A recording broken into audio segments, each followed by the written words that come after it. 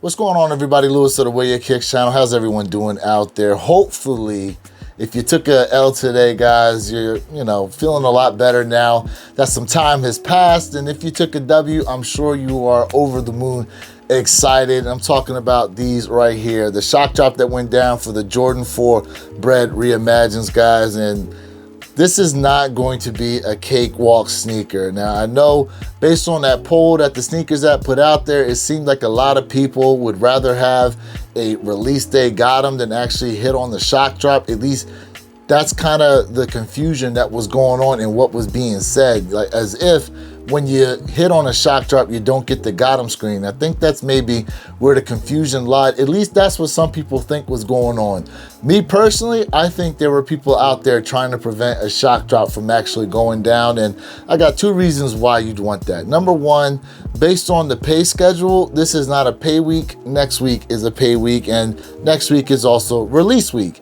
Also, from a reseller standpoint, if there's no shock drop on the shoe, everyone's going to be trying to hop on that Sneakers app, at least if you didn't hit anywhere else, to go ahead and try to grab yourself a pair. And if you don't hit then, it's going to be a whole lot of people getting that FOMO sickness. You're going to run the GOAT, you're going to run the StockX, you're going to run the, Flight Club and all these places to go ahead and try to cop you a pair. And guess what's going to happen to those prices? Them prices are definitely going to shoot up. Now, I know before the shock drop went down today, I saw prices in my size 12 around $308 on StockX.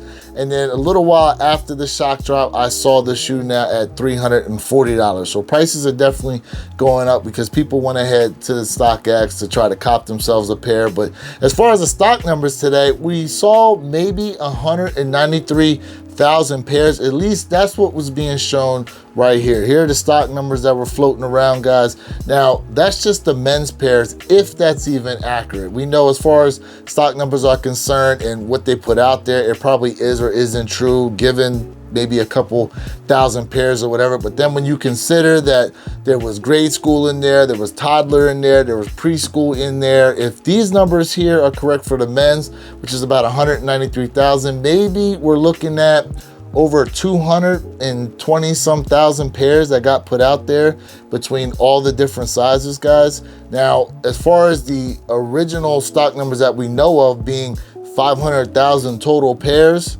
it seems like a lot, but they said the same thing about the Jordan 1 Lost and Founds. Now, we all know Nike likes to keep some pairs there in the chamber. So I think, just like they did with the Jordan 1 Lost and Founds, I think after next week goes down on release day, which is February 17th, that at some point down the line, maybe we see these on a Sneakers Reserve or another pop-up kind of shock drop, because Nike never sells out, guys. They always have pairs sitting there in the chamber, and a lot of people still thought we were going to see Jordan 1 Lost and Founds once again, but that obviously has not come up. But I'm pretty sure Jordan Brand definitely has a bunch of those sitting somewhere.